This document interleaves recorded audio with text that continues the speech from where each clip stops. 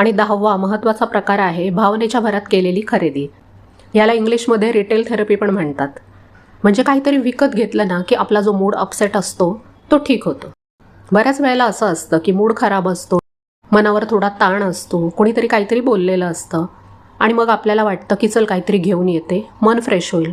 किंवा आपण फक्त स्वतःला डिस्ट्रॅक्ट करण्यासाठी म्हणून मोबाईल हातात घेतो, हात आपोआप शॉपिंग ॲपकडे जातो आणि आपण काही ना काही ऑर्डर करून टाकतो. त्यावेळी आपण ते भावनेच्या भरात केलेलं असतं, कारण त्यामुळे आपला मूड ठीक होईल असं कुठंतरी आतमध्ये आपल्याला वाटत असतं. आणि मग त्यावेळेला घेतलेली ती वस्तू तेवढ्या क्षणभरापुरता आनंद नक्कीच देते, पण नंतर मात्र ती वस्तू बघून बऱ्याच वेळा मनामध्ये पुन्हा रिकामेपणा येतो की मी ही वस्तू गरज नसताना घेतली. कारण वस्तूंनी आपल्या मनातल्या रिकाम्या जागा भरून निघत नाहीत हे आपण मान्य करत नाही. एकंदरीत काय तर आपण जेव्हा कमी गोष्टींमध्ये राहतो तेव्हा आपलं मन जास्त शांत असतं. जितक्या वस्तू कमी तितका त्यांचा विचार कमी आणि त्यांना सांभाळण्याचा त्रास कमी.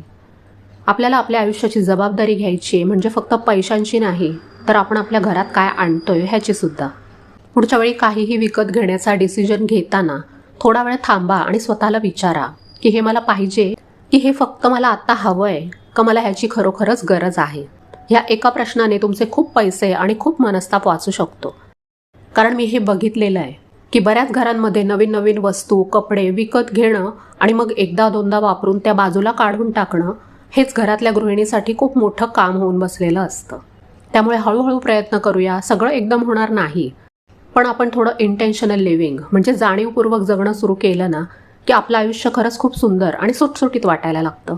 आणि त्यात जर तुमचं घर लहान असेल, जागा कमी असेल, तर ह्या सवयीमुळे तुम्हाला काय फायदा होईल ते 1-2 वर्षानंतर तुमच्या लक्षात येईल आणि खरोखरच तुम्ही विचार करून खर्च केल्याचा तुम्हाला आनंद होईल. तुम्हाला व्हिडिओ कसा वाटला हे मला नक्की सांगा. जर तुम्हाला हे पटलं असेल तर आपल्या इतर मैत्रिणींसोबत सुद्धा हे शेअर करा. आणि हो, सुवर्णमयीला सबस्क्राईब केलं नसेल तर नक्की करा. चॅनलला तुम्हाला अजून सपोर्ट करायचं असेल तर चॅनलची मेंबरशिप घेऊ शकता. त्याचे डिटेल्स डिस्क्रिप्शन बॉक्समध्ये दिलेले आहेत.